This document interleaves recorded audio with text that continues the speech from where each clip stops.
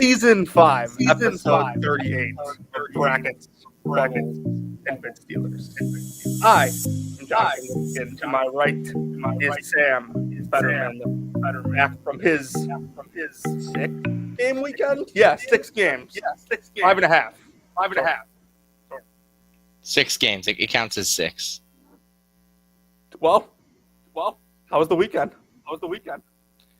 It wasn't as good as Ben McCollum's, I'll tell you that much. But great weekend. Started off Friday night with Manhattan and Army. Got some great action at Dratty. Wes Robinson wins it at the buzzer. 2 snoozers yesterday at Mohegan Sun, but also a good game between Vermont and Delaware. Then today, UMass and Florida State. Man, UMass is bad. I'm gonna have something on UMass pretty soon tomorrow. There's going to be a piece on Northeast results you may have missed. UMass is going to be on there, and I'm going to talk about really just some of the stuff Frank Martin said after this game, because there was a lot that Frank Martin said after this game that needs to be discussed. Jonathan, is that better? I think so. Oh, no, it's not still. I don't know what it is. Hold on. I can't hear you now, but the echo's gone. Is there a way, if you could get a way to unplug your headphones and figure out how to sound? Apologies for the technical difficulties here. Well, Sam figures this out. But yeah, Sam was at 6 games this weekend. Started at Manhattan on Friday. Got 5 at Mohegan Sun. Bunch of mid-major versus mid-major games, and then of course the Florida State UMass monstrosity that was today. So Sam's coming back. While we wait for him, I'll give you guys a quick little update on the Sam Fetterman betting challenge. Are we good now? Still can't hear you. So the Sam Fetterman betting challenge, something that I decided to start at the beginning of the year. Okay, now talk. I think that might be better. Yeah, I can hear you. Yeah. All right. Okay, we're good. Sorry about that. I was giving a brief update on the Sam Fetterman betting challenge that is now 7-4 on the season. Good start. We went 4-2 over the weekend. Our losses were, by the way, 2 of our losses. Cornell hit the buzzer beater to beat Samford, and whatever the freaking ending of the Manhattan Army game was on Friday. But you had Army -2, right? -1.5. So, to be fair, they should have covered that. Yeah. No. So those are 2. Cornell's buzzer beater didn't ruin a cover, but there was we had a chance there. It's not like it was a bad bet. But yeah, 7-4 to start the season. We've gotten some. We had some great ones this weekend. The final one today, Delaware covered the entire game. Never had a chance. That was and won outright. That was a very, very surprising game. Yale was out of it. But let's move on. And Jonathan, where do you want to start? Valley.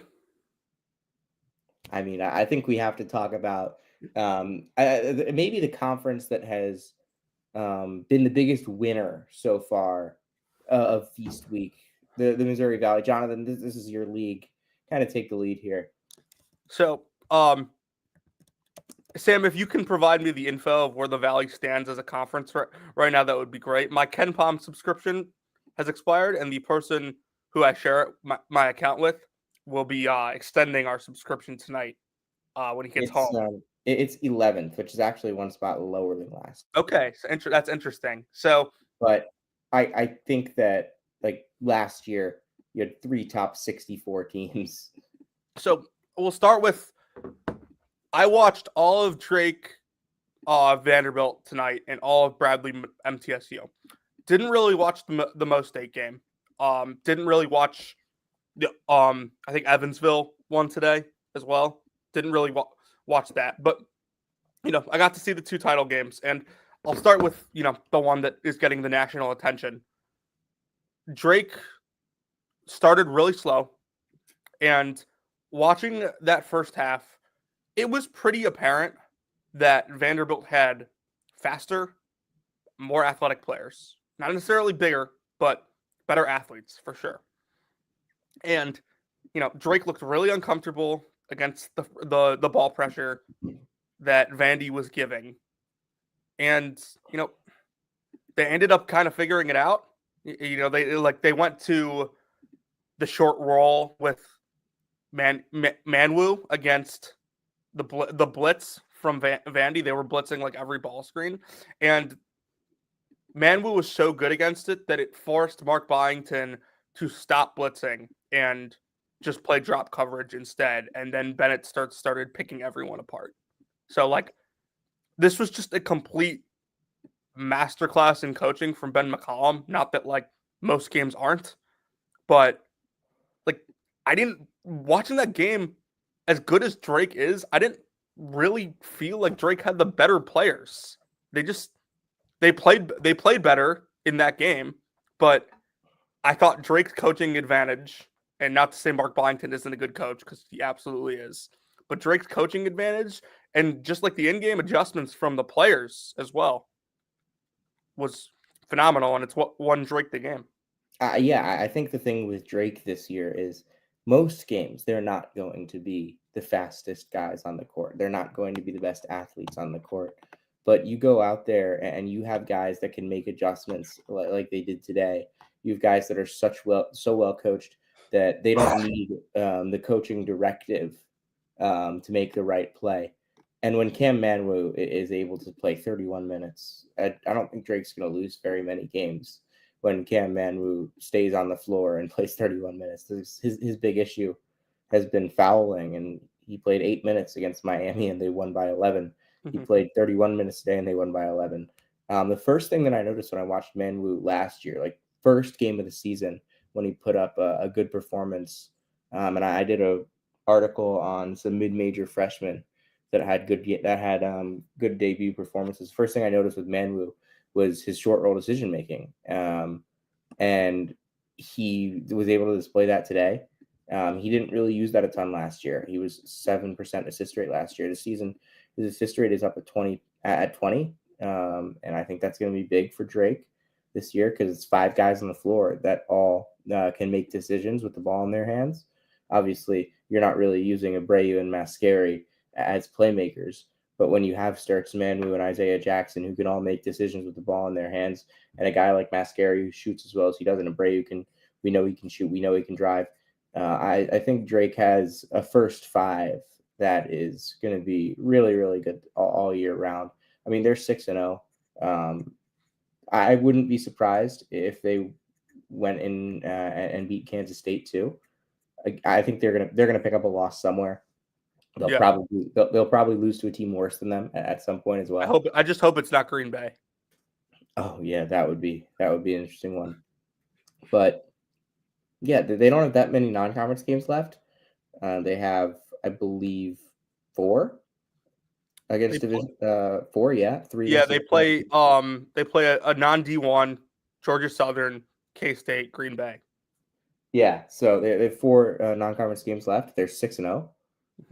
They're a really good basketball team, and I think we got to give a lot of credit, obviously, to McCollum for evaluating the players that he did at the Division II level.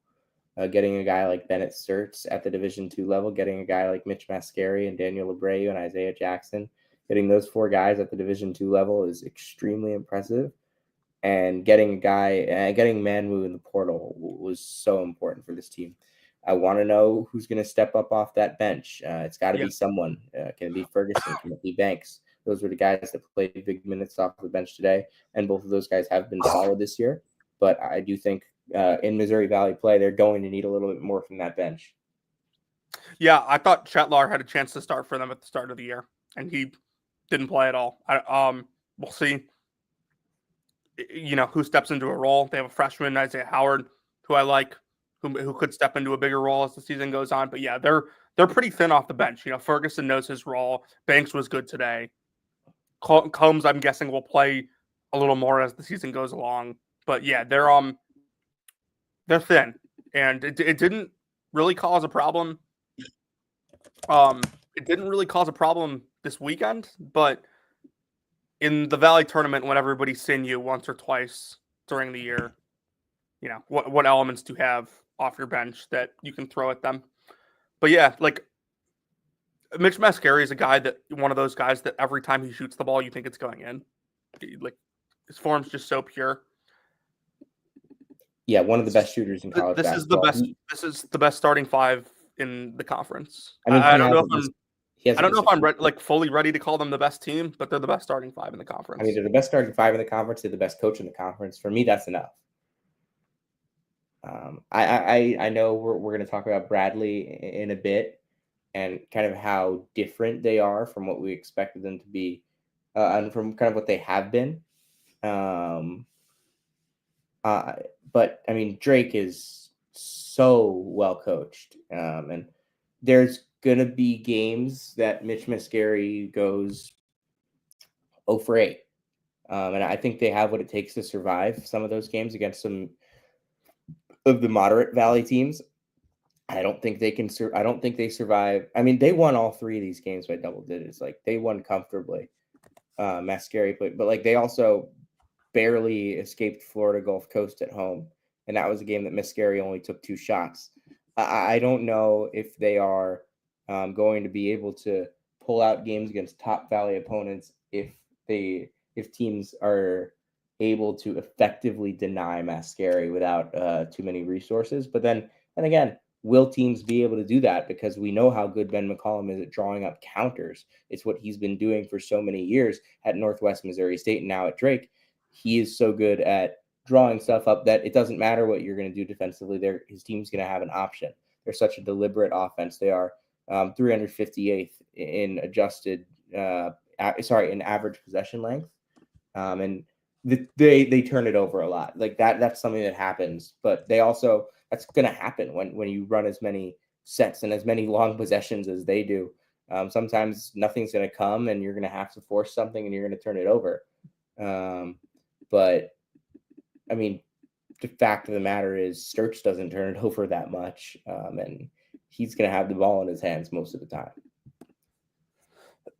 Yeah. Everything goes through him for this offense. And, you know, as impressive as it is to watch their offense, their defense is probably just as impressive. Like everyone's in their gaps. They were playing against a Vanderbilt team that has really quick guards. And, you know, Jason Edwards had 26 tonight, but he also turned it over 5 times. And part of that was, you know, when he would go to the basket, Drake would have guys there. And, you know, sometimes he would make a play, sometimes he wouldn't.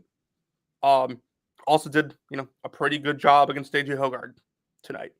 Was just 4 of 12. He's a guy that likes to play in transition, get downhill. And Drake did a really good job defending him. Yeah, you want to move on? Yeah, you want to talk Bradley? Yeah, let's talk about Bradley. Jonathan, you watched all of this game, so I'll give you the floor to start. So there was a bunch of times during the game when Middle Tennessee State would throw a punch, and it looked like they were going to come back and steal the game. And Bradley just, you know, they had a response every time. And what's so impressive about them is how many different answers they have. A bunch of guys on the team can shoot. Christian Davis has taken a very surprising step forward to me. You know, he's a senior. He's not a guy at his age that you would expect to like come out and score 19 and lead you in scoring in a game like this. And this MTSU team is good. Like 2 losses so far, both are the Valley teams. Murray State, Bradley. They've beaten everyone else. Darius Hannah is just absurdly athletic and is going to throw down some of the most ridiculous dunks you've ever seen. He did tonight. He did against Washington State. I kind of have the same questions with them that I do about Drake right now. What are you going to get off your bench? Like, they're playing more guys off their bench, but the guys off the bench aren't being like extremely productive. If you know what I mean. Like, Jaquan Johnson has been a nice freshman for them so far. Connor Dillon has been okay. it's just like how far mid majors are able to maintain a talent level with the portal because you can still ID guys like Ben McCollum did in D2 and find these guys at different programs that can come in and fit your system. Like it still works that way, but where these teams sort of get depleted is their bench, and I think think about it this way: Indiana State won the Valley regular season last year. They played 6 guys. Drake really didn't go that deep into their bench. Like last year, they played guys, but not a lot of them were like high level contributors. So Bradley didn't play a deep bench either. Yeah, it just doesn't happen in this league. So like if there is a team that like can step up and guys can emerge off the bench, that's something that can elevate you. But in terms of like this game, like I said, Bradley was able to take every punch that MTS you threw. They really did a nice job. I thought taking care of the ball. Like MTSU has some good athletes, and Bradley didn't let it bother them. You spread the floor with shooters. It's a tough team to defend. Like Sam, I know you were concerned about the Bradley defense to start the year. I'm still not like completely convinced it's solved. Like especially with the way they played against Washington State, but I think we can probably say that this offense is just as good as they were last year. I mean, it's an offensive slant. Like this team had what we know about Bradley past 5 years, especially with the past 3 years of Malavai Leons, they've been a defensive slant. They've been a top 65 defense the last 3 years under Brian Wardle with Malavai Leons. This year, they're not. They're just straight up not going to be that. They're 150th in defense right now, but they're 50th in offense. It's higher than they've ever been under Brian Wardle, higher than they've been since 2008. And it's because guys are hitting shots. They're hitting so many shots right now, and I don't know how sustainable hitting 61% effective field goal percentage, 44% from 3 is. Right. But I know that I trust Almar Atlason to hit shots. I trust Darius Hannah to hit some shots and score in the paint. Christian Davis has been shooting the ball really well. Zeke Montgomery has been a really solid piece for them. He shot 41% 2 years ago. He's shooting 56% this year. And I think that there's no doubt that Zeke Montgomery, when he's in the right system, can be a really solid shooter. I don't know about the other stuff that he's going to do for them. I didn't really know about the stuff. I didn't really like what I saw at Rhode Island from him. But I think if you kind of aren't expecting him to be an all Valley guy, which I think was the general consensus this offseason, that was what he needed to be. It's now clear that he doesn't need to be that because of just how good Darius Hannah has become. That next leap for Darius Hannah has been unbelievable. And Duke Dean isn't even hitting like a ton of threes right now. He's 33%. No. He had a solid tournament. Just more of a distributor in this tournament than anything. But we know how good Duke Dean is. And I think that kind of once they get if they can get Connor Dillon going off the bench, he's only really taken 11 shots this year. If they can get him going off the bench and get him hitting shots, then they can be a really dangerous shooting team. This Drake team is going to shoot the ball. Sorry, this Bradley team is going to shoot the ball really, really well throughout the year. I don't know if they're going to shoot at 44%. They're not going to shoot at 44% throughout the year. But this is going to be one of the top shooting teams in the Valley, and that's going to be what carries their offense. That and Duke Dean's ability to play make, Darius Hannah's ability to run in transition. I am definitely still a little bit alarmed about the defense, but when you score 1.2 points per possession against three teams that would be top half Valley teams on back-to-back nights or 3 out of 4 nights, that's something to know. Like this Bradley team can score. If you told me right now that, like, obviously not what I'm going to say is not going to happen, but if you had told me individually that like 8 of the 10 starters between Bradley and Drake could end up as all conference guys, I could buy that. Like, obviously not all 8 of them are going to end up all conference guys, but like, who are like the two, like Isaiah Jackson won't be all conference because he won't score enough, but he does plenty of good things for Drake. And then like Zeke's Zeke's probably not going to be all conference just because he's just not going to get the ball. But like Atlason, Hannah, Davis, Dean, Abreu, Sturts, Mascari, Manwu, those 8, like if any of those 8 ended up at all conference, I wouldn't be surprised. Agreed. I think Drake's a little bit ahead of Bradley right now. I kind of think that's where I stand. I still like Northern Iowa. They score a lot too. I know they lost to UC Irvine and Wichita State, but this is and they're probably they could lose again to North Texas. They scheduled pretty tough, but they have a bunch of players that I really like. Obviously, Hudson and Anderson. And Leon Bond can be pretty good once they get Max Weisbrod going. I'm going to like him.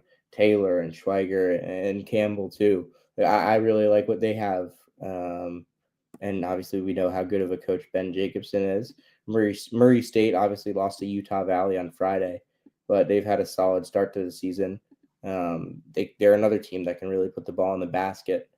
And even like UIC has had a solid start to the season with the wins over Yale and LaSalle. Those are 2 good teams. We know they can put the ball in the basket. The Valley has a lot of teams that can put the ball in the basket this year. I mean, Belmont, we know they can do it. It's going to be a heavy offensive slant league this year in my mind, having seen what I've seen. I don't have any actual analysis for this, but hats off to Conzo Martin. Missouri State's 5-1. They beat High Point today in the first round of the Cayman Islands tournament. This is a High Point team that like some people thought could be an at-large. Oh, and by the way, they're going to beat Boston College tomorrow. Yeah, so now they get Boston College tomorrow, a game they can win. And like they're 5-1. Their only loss is a close one at Hinkle Fieldhouse. Vincent Brady had 27 and 10 for them today. This is a team that like they took a bunch of like guys that were at low-level D1 programs and guys that like were okay at D2 programs, and like Conzo has like made this work so far. I don't know what this team will look like when Valley Play starts. I watched Conzo Missouri teams get worse throughout a year, or at least not get better while other teams did. So I still have question marks, but like the guy that I thought was going to be their best player, Des White, I thought like he was going to be their best player because he had to be, because somebody had to be. He was 9 points, inefficient last year at Austin Peay as a freshman. He comes back to the state of Missouri. He's from Jefferson City, goes down to Missouri State to play in his home state. 17 points a game, 4 rebounds, 3 assists right now. He had 13 today. Very impressive. Mm-hmm. All right, we've spent almost a half hour talking about the Valley. That was a great Valley update. Might be the best we'll have all year. That wasn't even a Valley update. We didn't even start by saying Valley update. It's not official unless we make it official. But yeah, let's talk about everything else that happened in college basketball the last couple of days. We did get a chance to talk about the Baylor St. John's game. We did not get a chance to talk about Duke, Arizona, Jonathan. We did not. I know you watched this start to finish. I watched it pretty much start to finish as well. What were your takeaways from that game? Ugly basketball game. I didn't feel like either team was in a great rhythm throughout the entire game. I don't know if Arizona's any good. I don't want to take anything away from Duke because like winning in an atmosphere like that by 15 on the road, not easy, no matter who it's against. But like I don't know what this Arizona team is right now. I still think they're pretty good defensively, but their offense is like way worse than I thought. That Wisconsin game, like the scoring was as good as high as it was because both teams were fouling a ton, and I just thought like a big part of why Duke won that game is because there were a lot of times in the second half that Duke kind of just said, "We have Cooper Flag and you don't." Jonathan, my concern with Arizona coming into the season was that they didn't have enough shooters. And on days where Caleb Love wasn't shooting, they would have no shooters. Caleb Love is 21% from three this year. He's 6 for 28 in 4 games.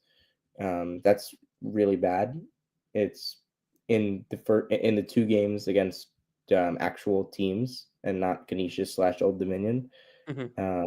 Actual competition for them. Like, obviously, Canisius and Old Dominion are teams of basketball players. They are not expected to come close to Arizona. 1 for 15 in those two games. Is that going to happen every game? No. But Arizona as a team is 27.1% from 3 this year. They are not as good inside the arc as they were either over the last couple seasons.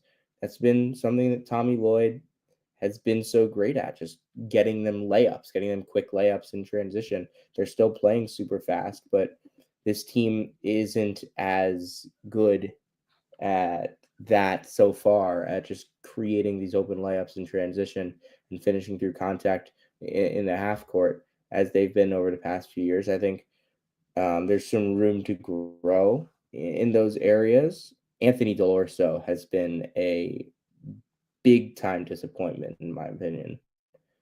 There was some real buzz around him. Like, listen, there was some real buzz around Delorso, and he has been straight bad. The fact that they kind of need Carter Bryant to be a bigger piece, they need him to be a contributor offensively. They need him to be a contributor defensively. That's kind of a little alarming right now. But again, I'm not ready to say, oh, Arizona's not, like, they'll go play in Atlantis later this week, and they got Davidson in their first game. I still think Arizona's really good. I think that Caleb Love is going to have much better games. We know how good Jaden Bradley is defensively. This team is going to rock on the defensive end because they have so many great defenders. They have so much size. They have so much physicality and athleticism. But I think that so far they have been substandard offensively. They'll get there, no doubt in my mind. But they've been such a great November team in the past couple of years that losing 2 games in November and looking not so great doing it is a real departure, and it feels alarming, and I am alarmed, but I am not sounding the panic button yet because they've played 4 games. And 2 of them are against teams that are going to be top 15, top 25 teams. Yeah, listen, like, they have a long way to go, and that's obvious to anyone who's watched either of the 2 big games they played. But, like, positive shooting regression will come. And, like, right now, like, you have to deal with something that, like, Anthony Delorso was supposed to be their pressure release in terms of, like, shooting the 3. Like, hey, other guys aren't hitting threes. He can come in here and space the floor for us. He's been so bad defensively that he's unplayable right now. And that's a problem that Arizona needs to overcome, that they probably didn't think that they were going to have to overcome 3-4 weeks ago. But I'm not, like, you're right. I'm not sounding the panic alarm on this team. Like, they are not a good basketball team right now, but teams improve throughout the season. They could certainly end up a good basketball team. And also, like, shout out to KJ Lewis. Like, he drew the Cooper Flag assignment on Friday and gave him, like, all he could handle. And, like, sometimes there's only so much you can do against a guy. Jonathan, you know who has the number 1 defense in college basketball according to KenPom right now? It is the Duke Blue Devils. Jonathan, do you know who the biggest team in college basketball is according to KenPom right now? It is the Duke Blue Devils. Jonathan, do you know what Cooper Flag's block rate is? Oh, God. What is it? 6.9. Jesus. You know what his steal rate is? I think it's higher than his block rate. It's 3.4. Oh, okay. Cooper Flagg has a 108 offensive rating while he's shooting 26% from three and in a 30% usage. He has been so impressive in all these aspects. I will say, Khan again did not really have his best game. Mm-hmm. I think the two games where he's going to look the least comfortable are the two high major games. Not a concern, just something to note. No, like think about what Duke's Jared gonna McCain have was at the start of last season. Yeah, but like Duke's gonna have games where like they don't need Khan because they can just go to their super mega defensive lineups that will take you out of games. I mean, Khan played 35 minutes in this game, and he played 37 against Kentucky. But like it didn't really matter because they put four guys that guard the crap out of everyone around him, and were the best defensive team in the country in this game. And they only played 8 guys. And Mason Gillis only played 7 minutes. And they basically played 7 guys. Sion James played a ton. Malik Brown is so good. Malik Brown was such a good addition for this team to give them. I mean, how many guys can guard all 5 positions in college basketball? Like Duke might have 2 of them. Like you don't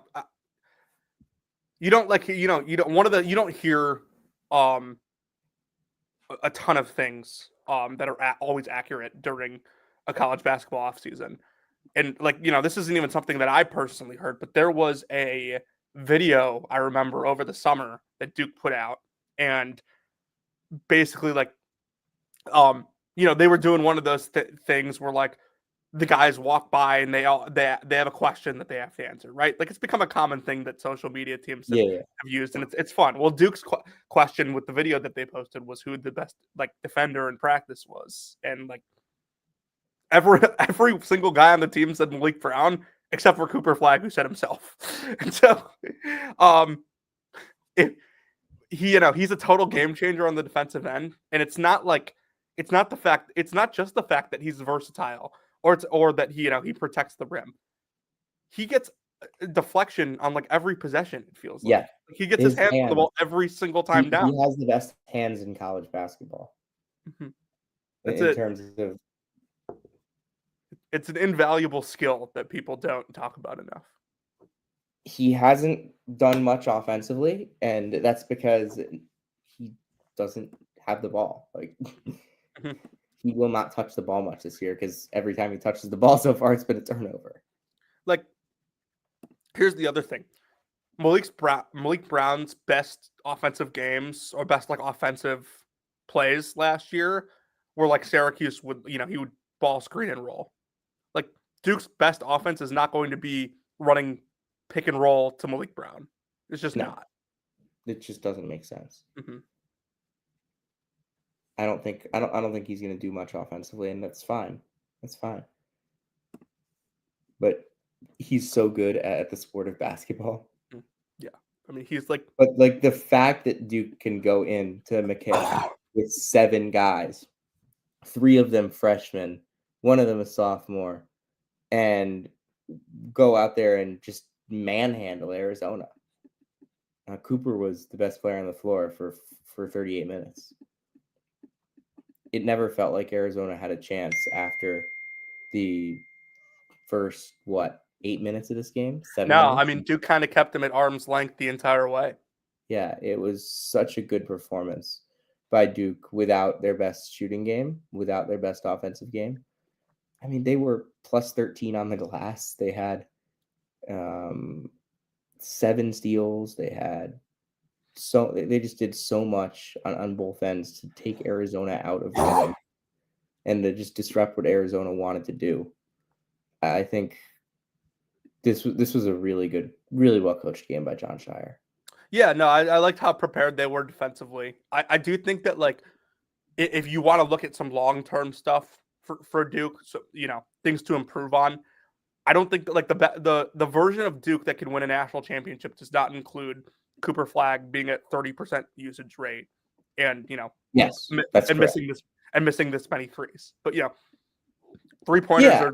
I don't think anybody is going to disagree with that. I think the best version of Duke probably has a little bit more from Proctor and Foster. Like those guys have also been just straight good this year. Like they're just not on the ball as much.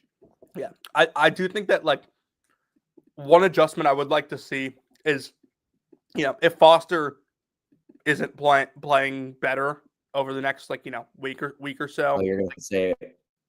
Like just insert Sion James into the starting lineup and play him more. I thought you were gonna say, can we get some Darren Harris minutes? No, I don't think that's really necessary right now. Like I want to see it in ACC play. People complained about it like after the Kentucky game, but like I did.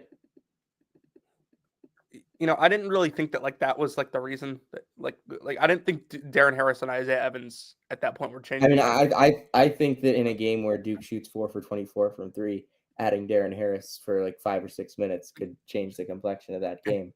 And you know what? If Caleb Foster does not like improve on what he's doing right now, because I don't think he's been good, you're gonna see Darren Harris and Isaiah Evans play.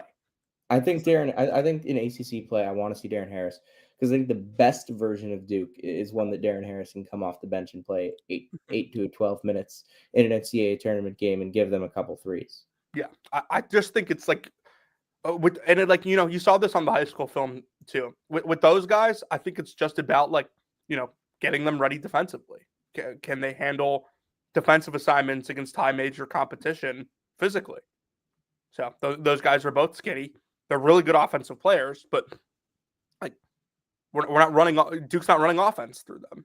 So like can they come out there and not just be like spot up shooters?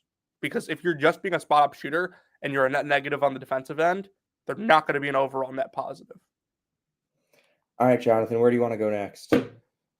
Did you catch any of Tennessee on Friday? On Friday. I didn't watch much of it, but I saw enough of it to kind of have some takes. So Brian Roth actually just released a good breakdown of like Tennessee's using Chaz Lanier like the same way they used Dalton Connect last year, and the same way that like Rick Barnes has run offense for years. But like the difference between like listen, I had Tennessee as like a borderline top 10 team in the preseason. You can always bank on their defense being elite. But like the difference for me right now with Tennessee, with what I think of them now versus in the preseason, is like I didn't think Lanier could like play that role. And if he can, that changes the ceiling of their offense. I think that if Chaz Lanier is gonna in this tournament, he made 13 threes in 2 games. 13 threes in 2 games. That's not gonna happen. If it does, like if Chaz Lanier is making like if Chaz Lanier is shooting 43 or so % from 3 on super high volume throughout this year, running that same stuff that Connect ran, like start the parade. Like that's the type of stuff we'd be talking about. But again, I don't know how sustainable this is. We knew that Chaz Lanier was an absolute microwave. We knew that he would come in and have games like this. It's about how consistent will it be. That's the big question that we're going to have with Tennessee. But right now, it looks like he's going to be a 20-point scorer. And that's huge. If he's a 20-point scorer, this is one of the 3 or 4 best teams in the country. I'm doing some math real quick. Hold on. Okay, here we go. Do you know what Tennessee is shooting from 3 right now? There are 3 games against high major competition. It's got to be like 40 something. It's 43%. Yeah, they were 10 of 19 against Louisville, 9 of 25 against Virginia, and 12 of 27 against Baylor. Like that's probably not sustainable, but like it's a stat to knock on. It has been a rare case in the past that Rick Barnes has a team that can consistently make shots. And I mean, even last year, like outside of Dalton, they were pretty inconsistent shooting the ball. Gainey was under 30%.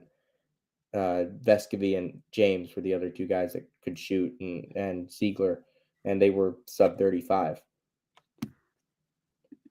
That Tennessee team is the second best team in the country. If 2023 Santiago Vescovy is what they had last year.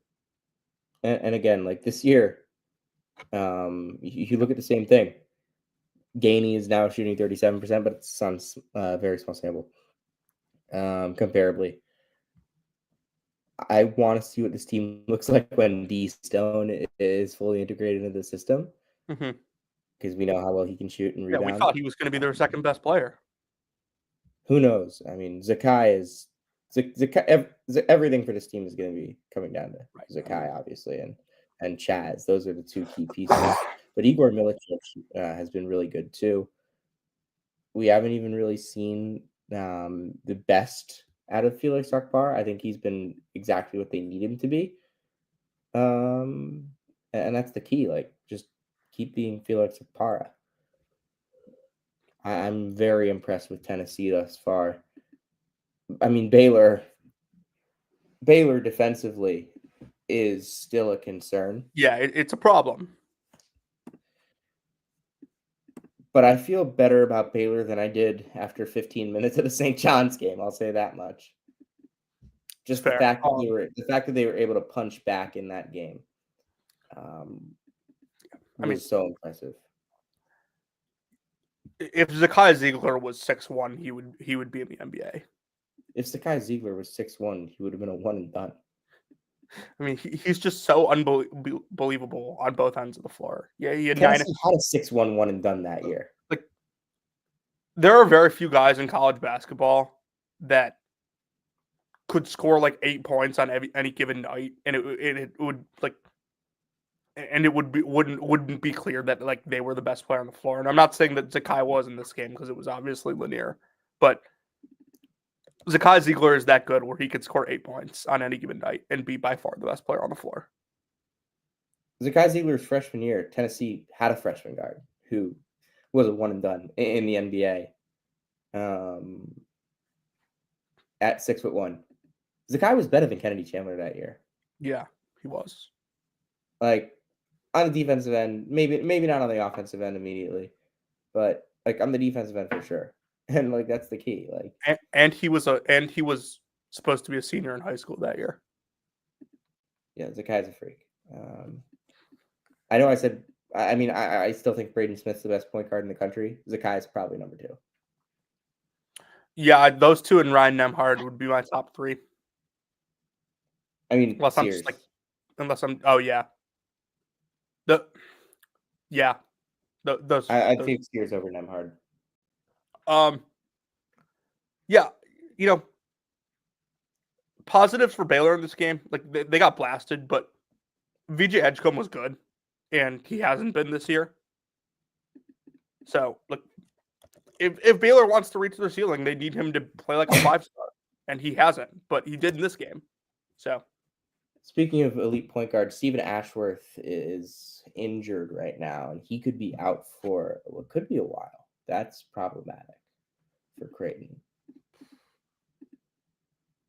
Who's Creighton going to play at point against that San Diego State ball pressure on Tuesday? I have no That could be a problem. It's going to get concerning. Ryan Kalkbrenner at point guard. Dude, it's going to be Pop. That won't go well. Yeah, it won't. It won't. I mean, I know there was a lot of like Ty Davis hype from some people this last season. Right? Am I misremembering?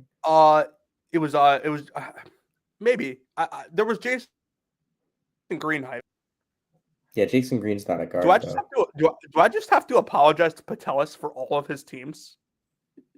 You weren't low on Georgia. I wasn't low on Georgia, but I was low on Nebraska.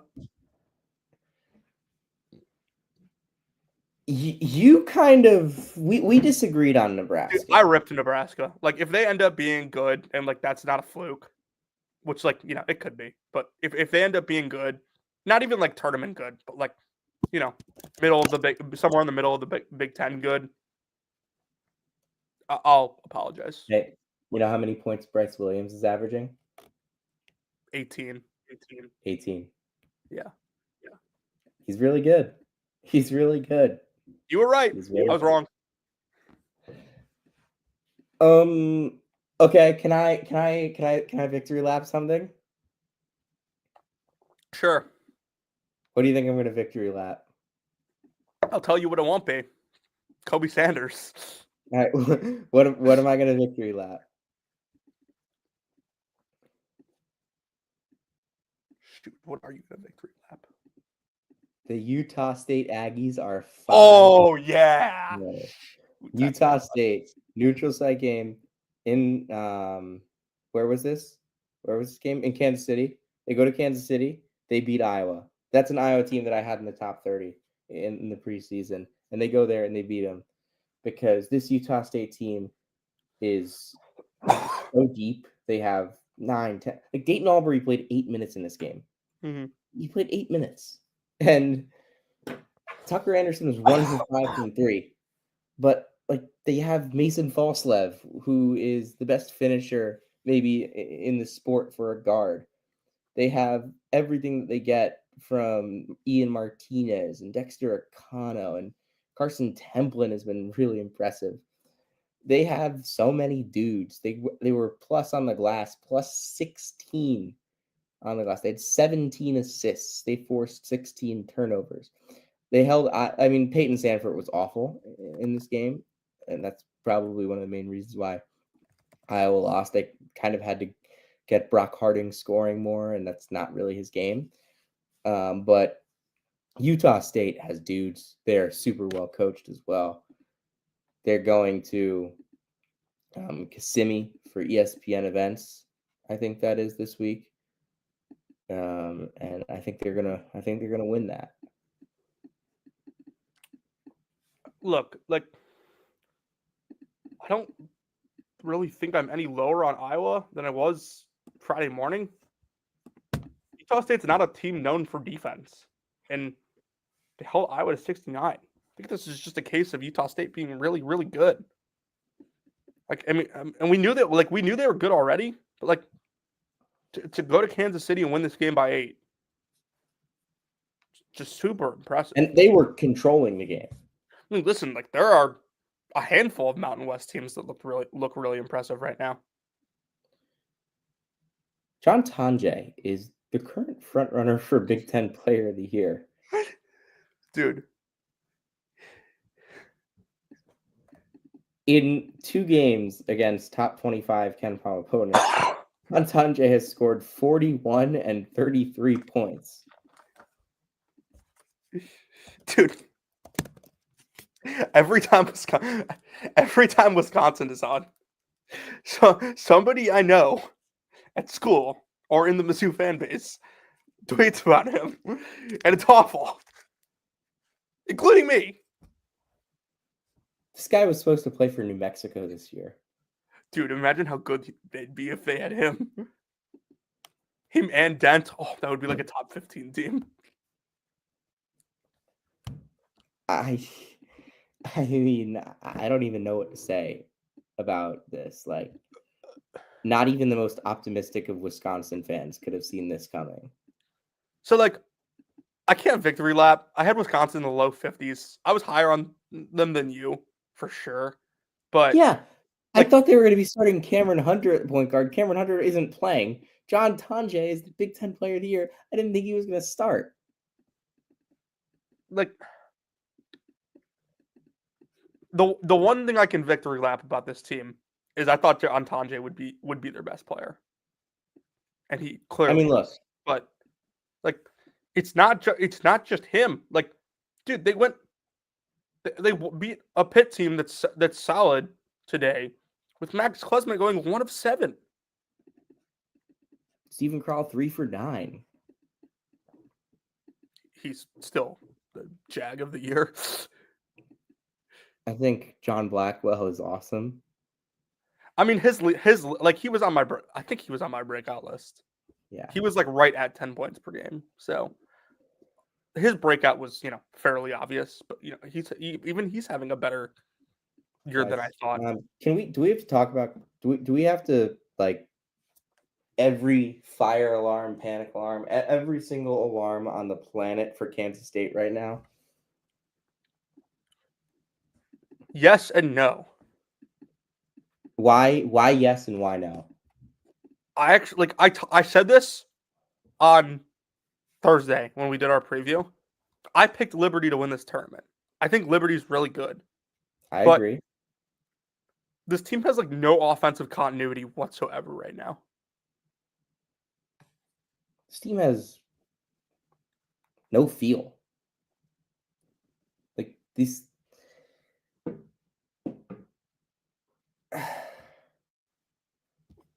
Coleman Hawkins has taken the second most threes of anybody on this roster. That's not good.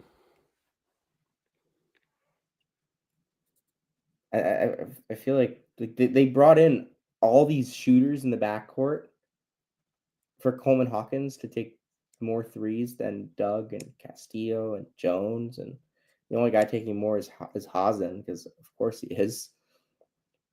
Hey, if you're gonna pay him $2 million, he's gonna shoot like he's a $2 million player. Yeah, I guess. Not saying it's a good thing at all. And yes, I think Liberty is really good. They're 6-1. Their only loss is overtime to FAU. They manhandled Charleston in Charleston. And they play McNeese tomorrow. It's going to be a good game. I was surprised at how kind of easily McNeese handled Longwood. Maybe I shouldn't be, considering how well Sincere Parker played. Sincere Parker is going to have those games where he just is unstoppable. He had a 3-game stretch last year in the A10. 33 points in 18 minutes, 34 points in 27 minutes, 30 points in 36 minutes. Like, that's going to happen. Yeah. Sorry, I'm responding to someone on Twitter. Don't worry. Any other takeaways from this weekend? Just before I kind of rapid fire some stuff. No, I mean we kind of briefly mentioned it, but Georgia won a game that was in the muck today against St. John's. Like, this Georgia team has tournament potential. Dude, what happens when I get Deshane back? Right, and like Deshane's their best guard in my mind. Dude, how freaking good! Dude, think about all the guys on Montverde last year. All of them look like stars. Montverde would be like a 14 seed last year. That if you put together those 5 and gave them like, 3 standard level high major players off the bench. Like three standard high major bench players. If you put them together like as freshmen or as right now, if you put that team together that team's like a 2 seed. Exactly. Dude, Cooper Flagg, Rob Wright, Asa Newell, Liam McNeely. Dude, Derek Queen won Maryland the game today. And Derek Queen, yeah. Like, dude. Are we giving them Kevin Boyle too? The coach? Sure. Yeah, they might be a 1 seed then. That guy's such a great coach.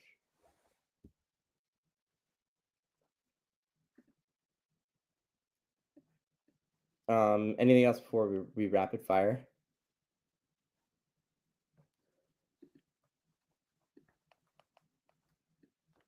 Are you there? Yeah. I don't think I have anything else. All right, I'm going to kind of rapid fire through some things here. Very surprised at VCU losing 2 of 3 in Charleston, but Nevada, I mean, coming out of Charleston, I'm so impressed with Nevada and Kobe Sanders. Mm-hmm. Hand up on that. I wasn't sure how he would translate.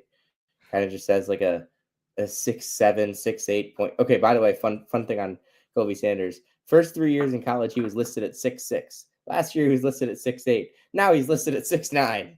He's pulling, what's his name? Jake Jake Stevens. Stevens. Yep. Kobe Sanders, I kind of thought that he was a guy that was like a big guard that was playing against guys that were just too small for him and couldn't really guard him.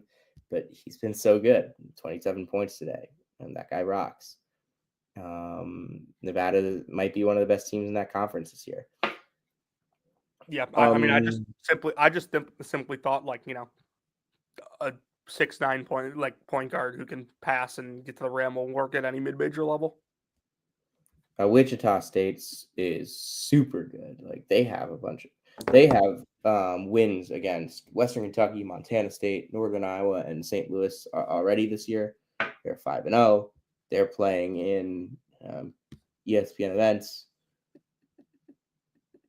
Yeah, so Corey Washington has been awesome. Justin Hill has been really, really good. This is one of the best teams in that conference. They might be the best team in that conference. So, like an hour ago when I texted you, I guess it was a little more than an hour ago, but when I texted you earlier tonight and said, like, I had been, like, subconsciously keeping tabs on, like, mid-majors that could get at larges. That's one of them. Wichita State was, like, the reason for that text.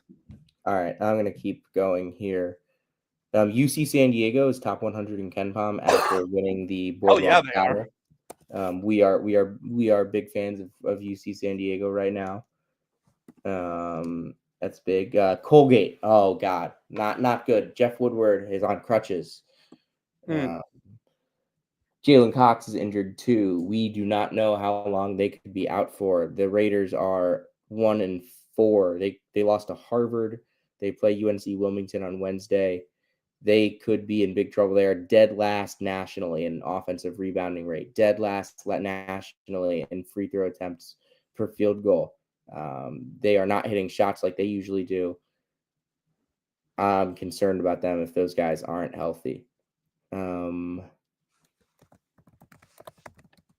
Moving forward to the next day of Fetterman, games. I'm tied for 167th in Silver Sword. Okay, hold on. Quentin You are Mincy, also tied for 167th. Quentin Mincy with a huge game for UML. Mm-hmm. That was huge, obviously. DePaul 6-0. They're 109 in KenPom right now. They haven't really played anybody. They've played a terrible schedule. But Layden Blocker was awesome. He's been KenPom MVP twice. They're also destroying everyone. Yeah, they're completely demolishing everybody. Jamal Mashburn is so good. He scores when he wants. Like nobody can stop him. Yeah. Moving on to today. That LSU UCF game was wild. I didn't watch it. I wasn't able to watch that or Maryland Villanova. I was very surprised at what happened with Rhode Island. They look a lot better than I expected. Rutgers. I wasn't able to watch a ton of that game either, but oh God, that's a bad loss. I'm not concerned about Rutgers. I know people will be sounding their alarm bells, but I'm not concerned about a team losing a look-ahead game. A team with their best two players are freshmen, losing a look-ahead game in a tough road environment right before playing against in what is that other team's biggest game of the season, in what is their least important game of the season, as in like most of their season ticket holders are not it's not in front of their season ticket holders, and it's not against a high major. So Sam and I have very different opinions on high major teams going to mid majors and playing them on the road. Sam thinks great, like just plus. I also think it's great when teams do it, but I don't think it should be like frowned upon when they don't, because after all, like Rutgers. Oh, I'm not saying it should be. Rutgers is I think it should be mandated that they do. I don't. I think that this is how you pull people into the sport. This is how you get people from non-traditional environments into the sport, and this is how you get the mid-major level of basketball. This is kind of how you elevate the mid-major level of basketball. I don't think, and I think that's the most important thing. Give these teams a platform. Yeah, I just, my opinion on it is I simply don't think that if you're paying a team for a game, you should be required to also go on the road. Like, that's my only thing. However, I'm not saying you have to do that. This is not the game for me to argue this, because Rutgers did not do this for Kennesaw State. They did this because Ace Bailey is from Georgia. And Alabama's going to North Dakota as well. Is that for Grant Nelson? Yes. Okay. Yeah, I think that's all I got. Thank God VCU got out of Charleston with one, man. Yeah. They needed it. Okay, we should probably talk about Maui. Yeah. We already picked our winners, but let's. Just kind of want to talk Auburn, Iowa State, just matchup wise before anything. These two teams are such great defensively, they're so great physically. Yeah. Obviously, Auburn's a little bit bigger, but I think Iowa State's guards are maybe the best defensive backcourt in the country with Tamin Lipsey and Keyshawn Gilbert. Josh Jefferson does so much for them as well on that wing. And I think it's going to make life really difficult for Auburn's guards, especially for Tahad Pettiford, who was the key piece when they beat Houston. I just think Iowa State's guards are too experienced and good on the defensive end for Auburn in this type of game. I would not be surprised if Auburn won, though. Obviously, they are experienced in their own right. They have a ton of size. They have a ton of depth. They can score because they have an insane inside game with Janai Broom, who's maybe the best player in the sport. But I think Iowa State just can control the pace of the game with their guards. They have the better guards on the floor, and they're going to have better guards in basically every game that they play. Because you could make a legitimate argument that Tamin Lipsey, Keyshawn Gilbert is the best two-man backcourt in the sport. Yeah, I think that, because Auburn played that Houston game, Iowa State won't be surprised by Tahad Pettiford's impact. They'll have more of a game plan for him, whereas I didn't really feel like Houston was game planning to stop Tahad Pettiford. He kind of just caught them by surprise. Yeah, I also just think, Auburn is going to lose games. They're good. They're not going to go undefeated. I think Iowa State. I picked Iowa State. I thought Iowa State was better than them in the preseason, and I'm going to pick Iowa State here, partially because of the experience, in part because I just think they have the better coach in this game. It's criminal that one of these teams has to play in the consolation bracket, though. All right, Jonathan. I think we'll do this again very soon. Oh yeah. We've got to do a debrief after just a few days of Maui as well. We got Atlantis coming up later in the week. We got ESPN events. We've got so many great MTEs all week. I'm at Iona tomorrow night. I'll be watching that, and then I'll be turning on the Iowa State Auburn game and North Carolina Dayton. But Jonathan, is it time to take you home? For you, it is. If you came to hear about Tyler Self and where he's working, you came to the right place. If you came to hear about Ben McCollum, you came to the right place. And if you came to hear about the latest happenings with Caleb Grill, you came to the right place. This is season 5, episode 38 of Brackets, Bubbles, and Bitch Dealers. We will see you next time.